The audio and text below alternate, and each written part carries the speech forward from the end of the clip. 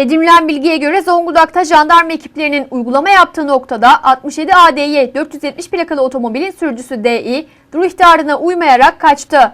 Ekipler kaçan şüphelinin peşine düştü. Kaçış sırasında Birlik Mahallesi Esençay sokakta kaza yapan Dİ aracı terk ederek yaya olarak kaçmayı sürdürdü. Kısa süren kovalamacının ardından şüpheli yakalanarak gözaltına alındı.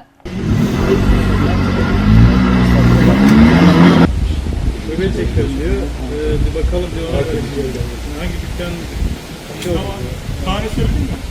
Yapılan kontrollerde şüpheli Dİ'nin ifadesi alınmak üzere arandığı tespit edildi.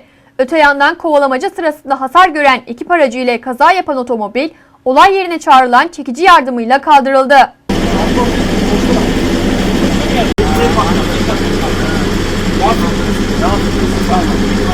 Patlatsa da